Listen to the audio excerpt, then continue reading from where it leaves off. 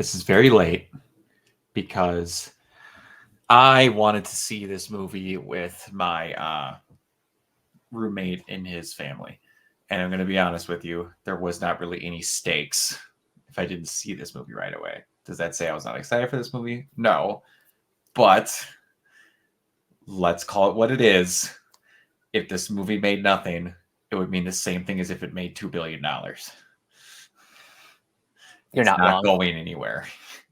So we finally did get to go see it, and I was like, hey, plan on streaming for the New Year's thing tonight. I'm like, hey, do we want to try and fit this in? And Mike's like, sure. So I'm like, okay. I'm like, all right, let's do it. Now, you're probably the most fresh on this movie because the last time I saw it was the week it premiered. How long ago was that? Last week? Week before? Yeah, give or take a few days. Okay, yeah. Hey, Mike, I got a question. Yes.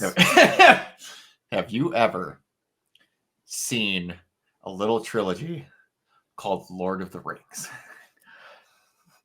I've heard of it. I think so did Warner Brothers. Holy shit!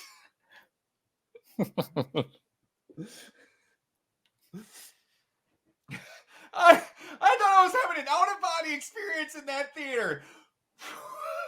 I know nothing, and I mean nothing, about Necron or any of this crap that happened in this movie, but how did no one sit down in a room and go, we need to make this look less like Lord of the Rings? This is we have Lord of the Rings at home. Oh my gosh. I'm like, okay. They did a really good job of like not showing anything in this movie except for the fact that Black Manta might have the best straight from comic books, don't change anything illustration of a suit ever. Oh, absolutely. That suit shouldn't work. But it does. And then I'm like, all right, Ocean Master's going to break out. They're very much making this their Thor and Loki. To the point, he calls him Loki in the movie. Because of course he does. I literally thought I had a stroke. And then I asked my roommate and his brother, I'm like, did they just call him Loki? They're pointing out that they're doing that. And then I'm like, okay, I don't know what the thing is, because I'll go out and say it. I'm a big DC fan. As far as like the main stuff for Aquaman, I don't know his rogues gallery that often, because he's kind of one of those people that has like the big two. And then after that, unless you're the most hardcore Aquaman fan, you don't get a lot of representation in regular Saturday morning cartoons or movies. So unless you're really digging into it, you don't know. Yeah, so Cordax is honestly a pretty deep cut Aquaman villain. Never heard of it before this in my life. Does he look like Sauron normally? I don't know. I've never actually seen pictures of Cordax from any of the comics.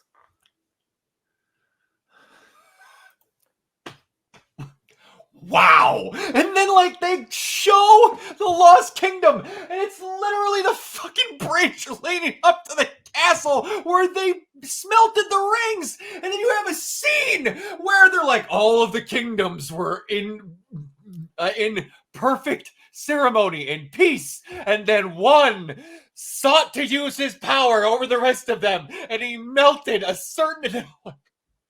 I was making Golem impersonations the entire movie, and they fucking smelted the one trident.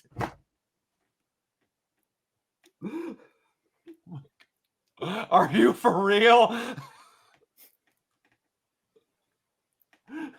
This might have been the most fun I had watching a DC movie in years, because I went from enjoying it to like, I felt like I was in the middle of an MST3 camps. This is not the worst movie DC has ever made. I'm going to come out straight and say most of what I felt wrong with this film is it felt like they were copying other movies to make it. Yeah, as far as the DCU, I think I think there are other movies that I would put below it. Even this year, and after much reflection, The Flash is probably below this. Oh, I would say absolutely. the first Suicide Squad, as much as I enjoyed watching it, is below it. Yeah. And here's the thing I hate, and I don't remember who said it. Oh, I can't remember who came up with this term, but I absolutely love it. Catastrophizing. Fans love catastrophizing things. Absolutely.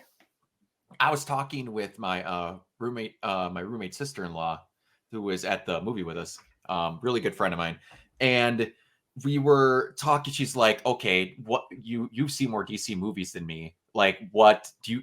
Is this the worst one they made?" I'm like, "Not even by a country mile." I'm like, "Well, what do you think is worse?" I'm like, "A lot of people like to forget Steel." Yeah.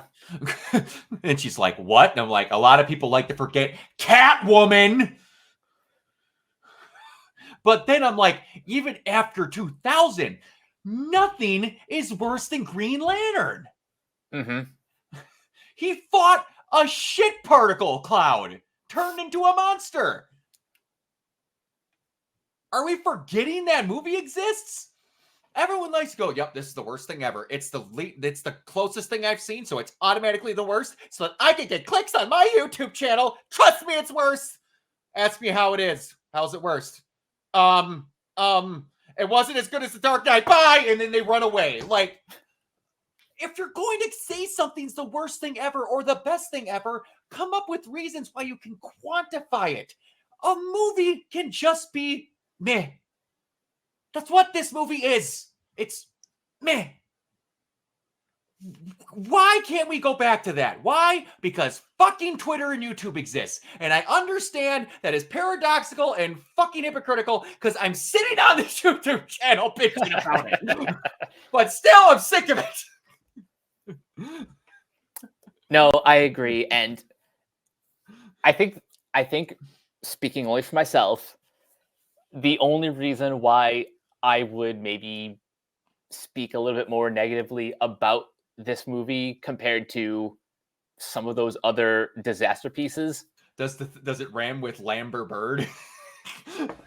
Not even, because honestly, even though in this movie she's basically just there to be a Deus Ex Machina. Yeah. Really, the only big negative aura around this movie is that it is the last movie definitively in the DCEU.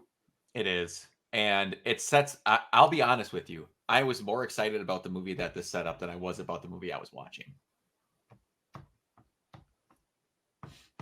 Yeah, no, I don't blame you. It's kind of sad because we'll get through the movie, but essentially Black Manta amounts to nothing in this film. And I can't think of the actor's name, but hey, Marvel, he's not going to be doing anything after this. There's your Kang replacement. Because actually, he's already Wonder Man in that. Damn it! Okay, I forgot about that. All right, anyway, but he equates to nothing. He was a puppet the entire time. Equates to nothing. To get a round 3, maybe that's never going to happen. And we finally get Orm and Arthur getting along. That's going to go nowhere. Orm's free. That's going to go nowhere. And then they set up this summit where you could possibly have a war between all of the things because someone's going to find out that he helped break Orm out. He's going to be found. And they're revealed themselves to the surface world. This is the closest comparison I can see in a sequel in a long time that was the Iron Man 2 of the DC movies. It was enjoyable, but it was just kind of there.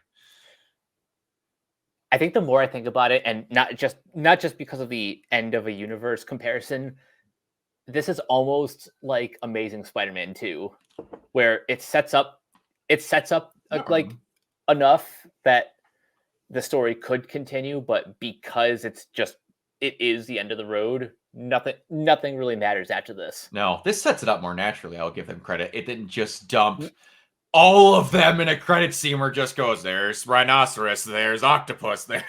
I still can't get over that fucking scene. Did you know we like Spider-Man? We like having Spider-Man. We're never letting go of Spider-Man. Sony gonna Sony. Okay, but anyway, about the movie. I will say an actual honest to God hindrance to this. And this is a real world problem. Something they tried to make a plot device out of a real issue we have, but they went way too hard on it. To the point of where people were laughing at the movie. They went a little bit too hard with global warming in this movie. It is tough to it's tough to balance like trying to have like a message while also telling a compelling narrative. And I think the writers of the Captain Planet animated series would say, hey, tone it down a bit. Tone it down a bit, especially to the point of where I laughed way too hard. I was like, the entire thing, they mentioned greenhouse gas. We get to Mount Doom. That's what it was, people. And it's literally puking green gas. This is Hideaki Anno levels of subtlety. We could have toned this down. And I understand. I'm not saying it's a bad thing that you chose this subject matter, because you're dealing with Aquaman here. Exactly. It is that is very much a thing that should be included at some points with him, because guess what? That's going to affect him, and it's going to affect surface dwellers. And it's a thing that both the ocean and surface dwellers should be joint on solving. So it is not a bad idea in itself to deal with it. Not whatsoever. It's really just the execution of it that comes across as sloppy. Absolutely. And like, as soon my roommate Matt, when you show the really cool scene of Junior communicating with the fish, and then it goes to the iceberg behind it, and the iceberg starts falling. My roommate just taps me on the shoulder. I bet you this whole movie's gonna be a really on-the-nose metaphor about global warming. And then the next news report, global warming's at an all-time. I'm like, motherfucker. It didn't take 10 minutes. But, and man, it's almost comical to the point of where they're like, they didn't decrease Amber Heard's role. They didn't do all this. And I'm like, I wonder how much, because like, even like, it's one of those things where I'm just irritated at seeing their face. So I'm like, okay, do what you need to do in the movie. It's whatever. You do what you need to do. Because in my face, I'm just seeing her lying her ass off in court. That's all I see when I look at her now. Because even though I didn't watch the thing specifically, I saw more than enough of it, and I couldn't escape from it. I found it quite funny to where they're like, I found the love of my life. I did all this, that, and the other thing. And then it gets to it. Her first fight, she gets laser blasted in the chest. Like, cool, you're going to go sit in a bed over here while we have the rest of the movie. And the other thing I'm going to be really honest about. Hold on. I want to say this one thing. Considering all the reports about Amber Heard's role being limited, I am surprised that she's in the movie more than what we were led to believe. Or is it the fact that like 10 minutes, depending on how you spread a character's appearance, 10 minutes can feel longer than, I don't know. It's interesting. It can. And considering what she does in the movie, if they wanted to cut her out, they could have. So if people are saying that they reduced her role, she could have been 100% written out. You could have said, hey, I had it, blah, blah, blah. The girl left me. They could have, and you could have came up with someone else to be the Deus Ex Machina, come in with a whirlwind and shoot it out. Because you could have turned the whole storyline into, you need my blood to activate the I lost Mira, I'm not losing my son, and that becomes his son's the only thing he's got left. because it's all that reminds him of that. You could have had her not be in the movie at all. You could have easily written her out. It's funny because there's even a line where Arthur and his dad are, talking about fatherhood, and he says, "Here, cheers to single dads." Exactly.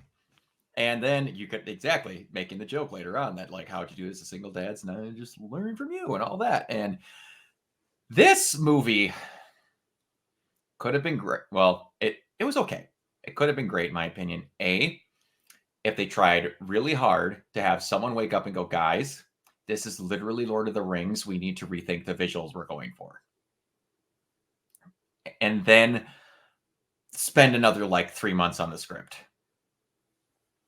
Because there are moments that were Bruce Wayne getting back to Gotham from the desert by walking levels of bad. Engage stealth mode on this football-sized ship that does nothing but turn the lights off and you're parked 10 feet from the front door of Atlantis. And then my personal favorite that me and my roommate's family laughed until we pissed ourselves about. You see Mount Doom puking out the greenhouse gas. And I'm like, if they do not come up with a reason why everyone in the world is hammering down on this place, because we have satellites monitoring volcanoes normally. Yep. Orm says, oh, this place is heat shielded. That's why it's not showing up on any monitors for heat signatures. Wait a minute. Explain the giant green geyser of green smoke, you freaking idiot! How are they not seeing that?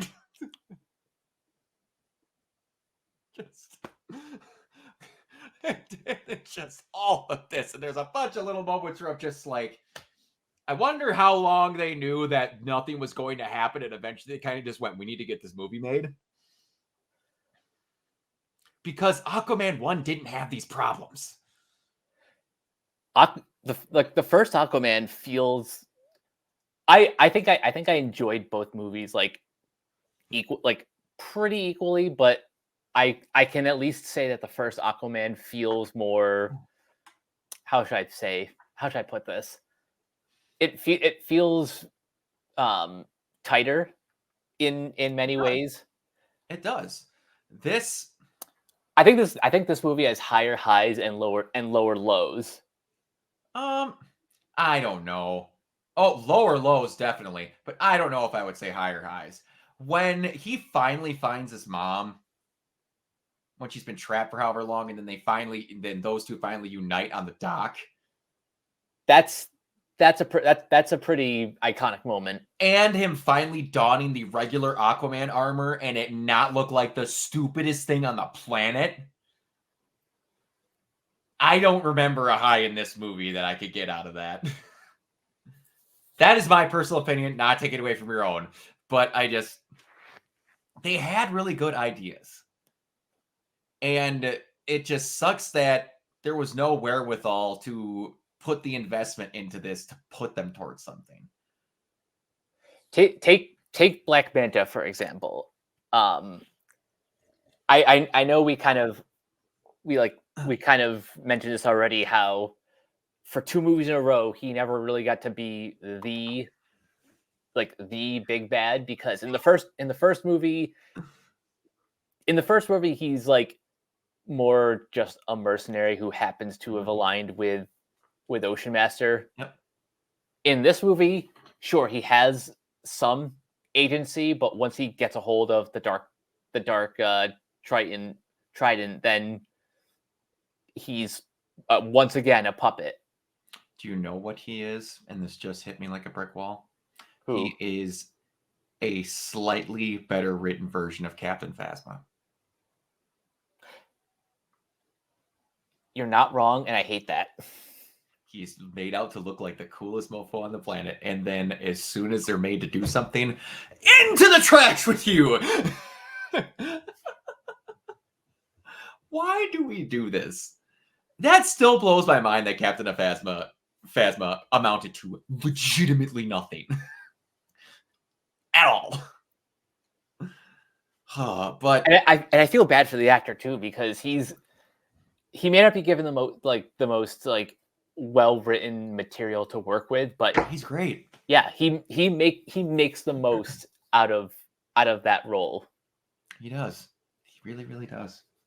Everyone tries their best out of what they can do in this movie. You had Nicole Kidman in this franchise.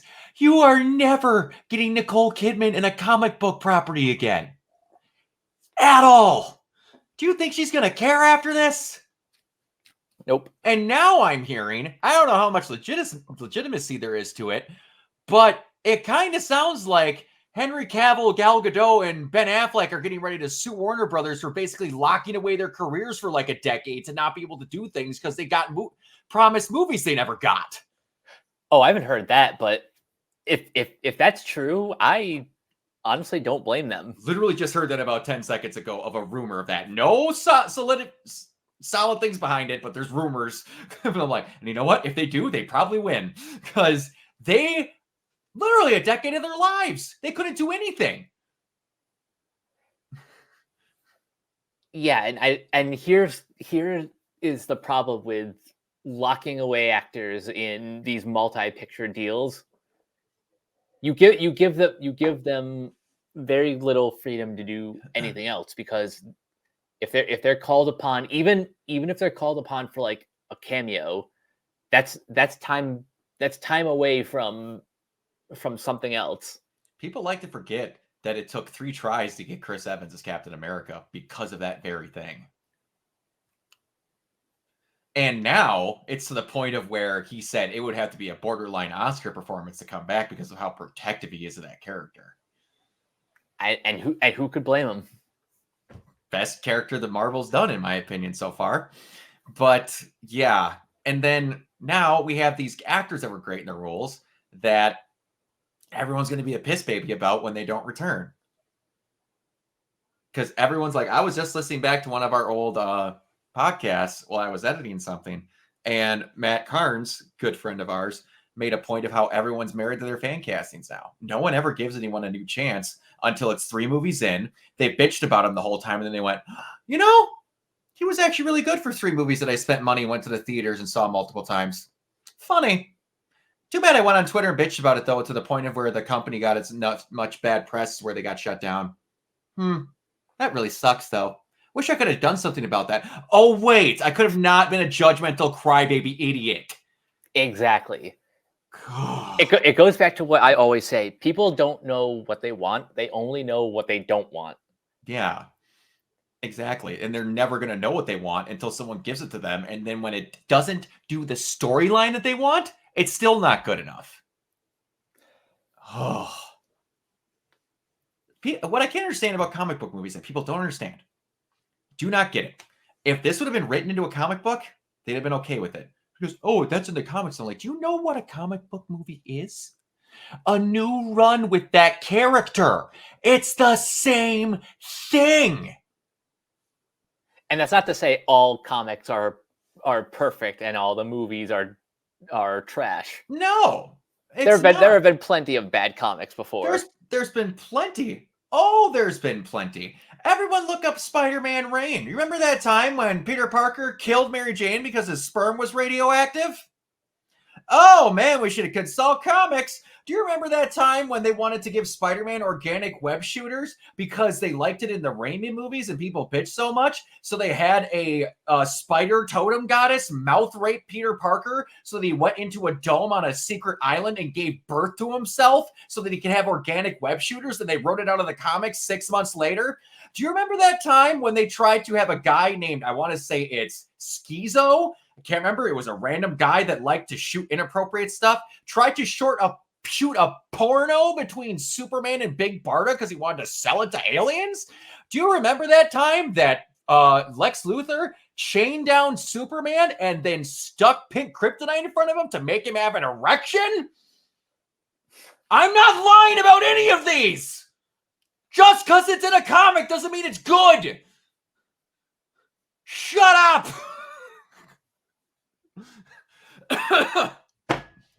My God. I'll never get those people. It wasn't in the. Also, my favorite part about those people is that wasn't in comics that I didn't read and I had to search on Google after someone else mentioned it because I never heard of it. If you don't it's getting to the point where I'm like, if you don't have a hard copy of this fucker in your house, you don't actually say you read comic books. It's getting to that point because everyone can open Google and go into Wikipedia for 5 hours. Don't say you're a comic book reader unless Wonder Man's going to be in here. I know more than anyone ever has, and I'm going to say I'm the real fan.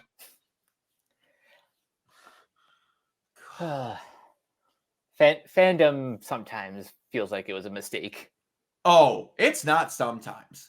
I will tell you, it is 1% of the time it's not a mistake. Yeah. All things where people, it is so hard to get people to be happy because happiness doesn't get clicks. Nope. In anything. Bad police officer is going to be in the news 9 months. A cop that saved 15 children from a burning building. Oh, they find their job for once. Who cares? Turn it off. Like, 2 countries are at war. That's going to be in the news for 15 years after it happens. 2 countries sign a peace treaty. Oh, well, I don't care. It doesn't affect me. No one cares about good news. And that's why it's always like headline after headline of a movie underperforming rather than a movie that cost like 15 million just made its budget back. Yep. And now it underperforms if it doesn't make $1 billion. That's my new favorite thing of the 21st century. Thank you, Avatar, and it will be the only thing that I hate the Marvel movies for. They're another one that ruined it. It is now a successful movie if it makes $1 billion. If it makes 999 million, it's a failure. Ridiculous. But getting back to this movie, I do sometimes the dialogue can be a bit clunky, but for the most part, I enjoyed the chemistry between Jason Momoa and Patrick Wilson. Oh, absolutely. They were great together. It reminded me a lot, and maybe a little bit more played straight than Thor and Loki in the Dark World. Yeah. Orm is less of a snivelly prick than Loki was at first. Yeah. Because he wanted to rule it for actually thinking it was ruling, and give or take, Loki kind of wanted to, but he had to get taught humility a little bit longer than Orm did. Because or when you get told point blank, no, I don't want to be king, but you were being a moron. So I took your job. That's a very big kick in the teeth that Loki never got. Yep. He's like, what? That might be the most mature thing I've ever heard anyone ever say. And their dialogue together was great. Their scenes together were great. It's just, and people like to forget, you have a lot of good actors that were in this. I straight up forgot Dolph Lundgren's in this movie. Yeah, and I don't want to say he's as good in this one as he was in the first, but again, I didn't realize he was going to have as big of a role in the sequel. No. And I don't remember if this actor played this role in the beginning, but the biggest, other than Lord Precious, when we're literally smelting the new trident as the Lord of the Rings push, when you have the king of the crustacean nation be John Rhys Davies, and then in a scene with him, you hand a character an axe for their weapon. That was the one where I'm like, so what? One of you in this room had to realize what you were doing. But yeah, having him in that role was good. Didn't know they were going to have that there. Shockingly well, Tobo. Loved him. Oh, yeah. Tobo's great. Yeah. And having the nightmare fuel of the ghostly stuff and these Randall Park, he was great. Didn't expect to see him at all, but Oh, do you not remember him from the first movie? he was in the first movie? Very very briefly. He was in like a couple scenes where he's like on some news talk show being all like, guys, Atlantis is real, and everyone on the panel is like, yeah, right. Wow. Yeah, not at all. not even remotely do I remember he was in those other movies. Only reason I remember that is because I specifically went back to rewatch the first Aquaman before the sequel. So Huh. so I was prepared for him to have kind of a media role in this one. Huh. So he's kind of like the Everett Ross of Aquaman. Yeah. God is real, guys. I swear to God. Only difference is he spends pretty much the first half of this movie on the side of on the side of evil, but not really because he just wants to see Atlantis. Yeah. And one thing I will say that these movies did well is kind of show that although it sounds like the dumbest power on the planet, being able to communicate with fish can allow you to do some awesome shit. The sonar attack on that sub, yes, was awesome. Just like, what is it gonna? And then you see all of it's like, oh shit, they forgot all the shit that's in the ocean. For a guy who has spent his entire time being a sea pirate, he somehow forgot that, oh, maybe someone else has got sonar. Oh man, that was great. Yeah, no, like I said, the movie was just kind of meh to me. And like I enjoyed other ones better. Like I honestly like probably out of the newest batch, I want to say Shazam Fury of the Gods was probably the best one. That movie gets crapped on way too much in my opinion.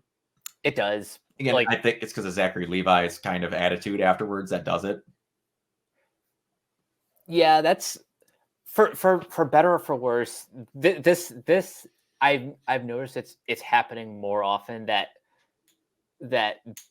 it's because of social media and because we know more about celebrities outside of their performances that it it colors our perception of their work more than it probably even did 20 years ago. Yeah, absolutely. And yeah, it's one of those things where it's just, and I'm not saying people should get away with doing stupid shit, but now if someone stubs their toe and screams in the wrong direction of a person after they stub their toe, they should get canceled, fired, and every movie they've ever been in should no longer exist.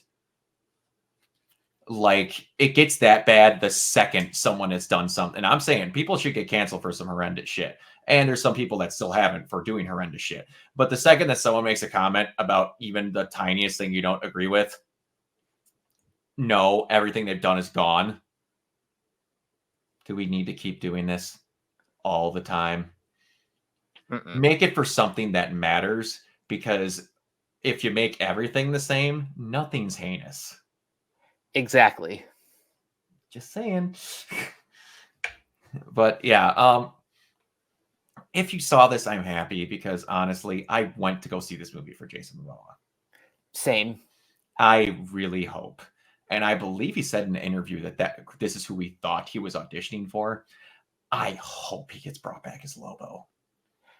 I've heard him say that before, that like the dude is such a big Lobo fan.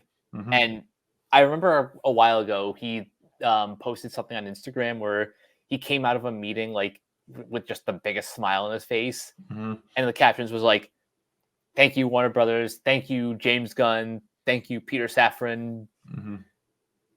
It's one Um, of those things where you're married to fan casting, and then it's just like, there's a difference between fan casting and then I literally can't come up with anyone else who could play the role.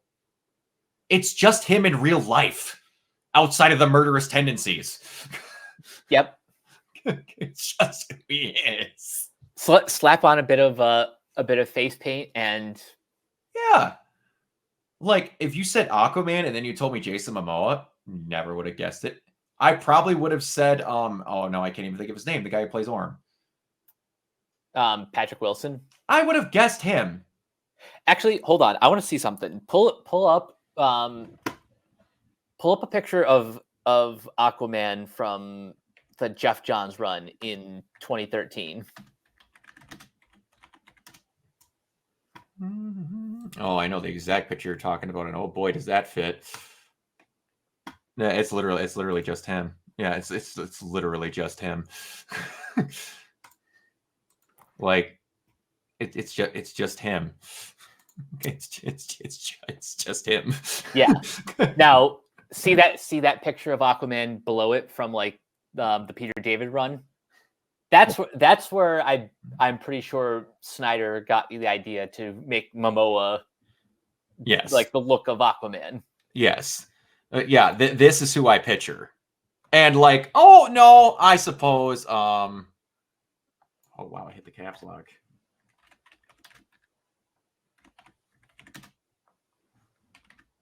Oh my gosh, everyone's seen how bad I am at typing.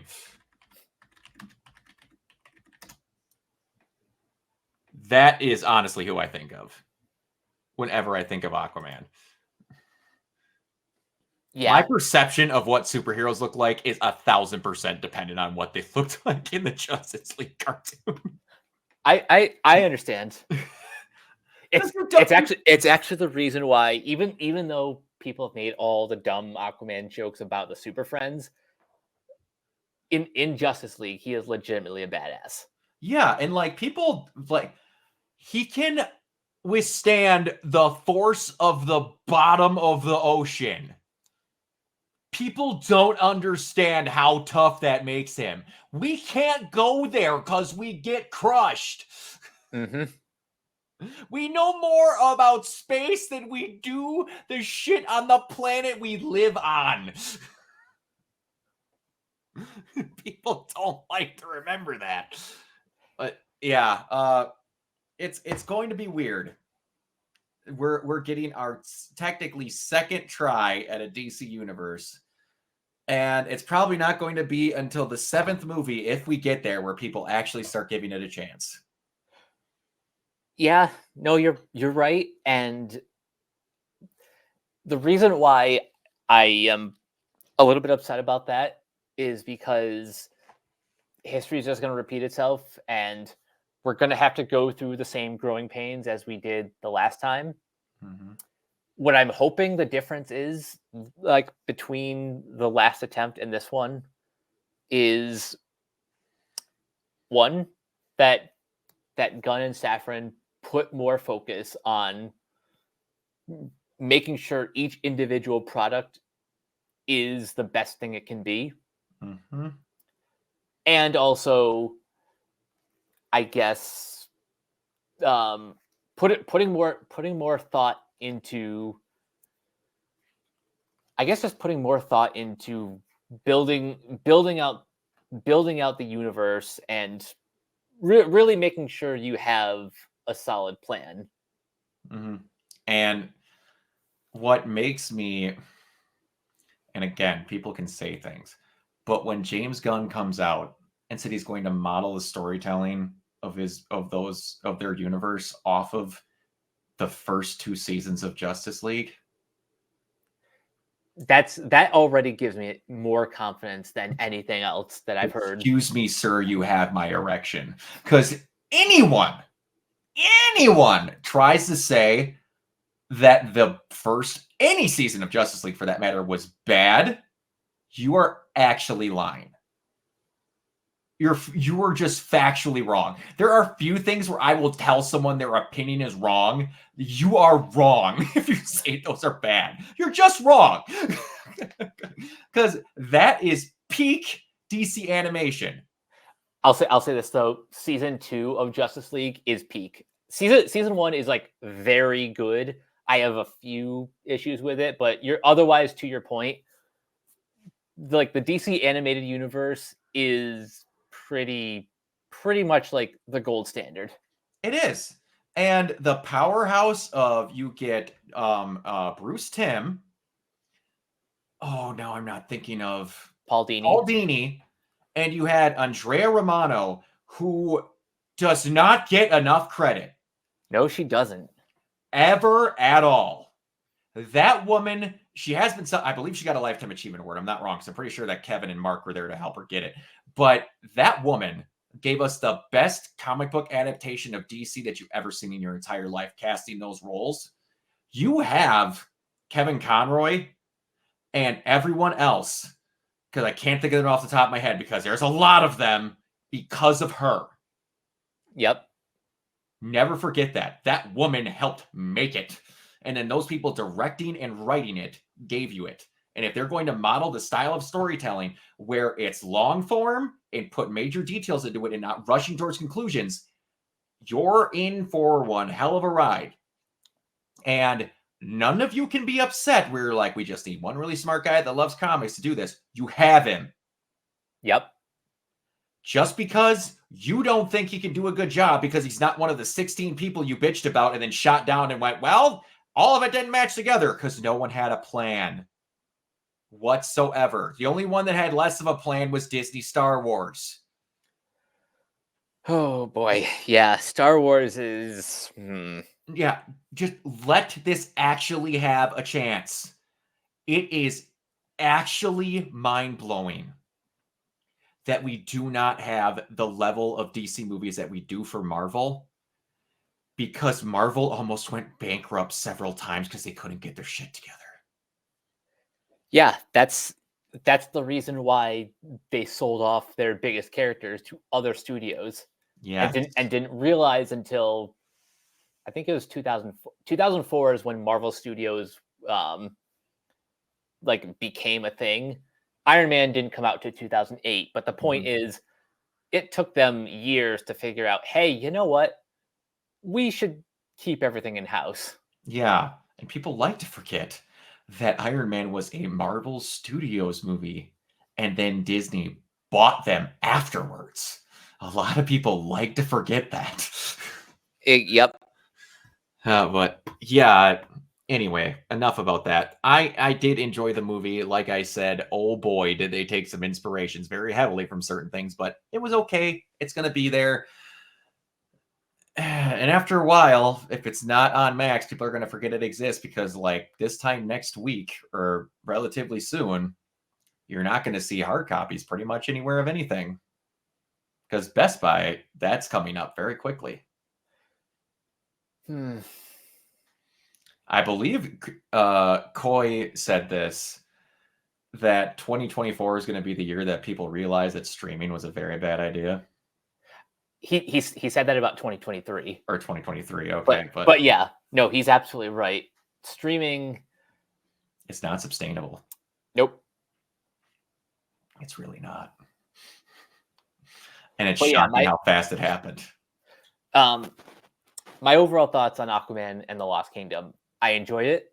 I don't know if I'm going to see it again anytime soon, but for what it was, I enjoyed seeing Jason Momoa in this role for at least one last time.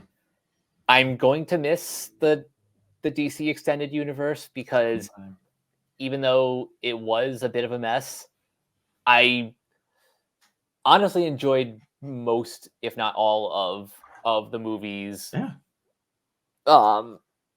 But I understand that it's time to move on. It's time for a new chapter.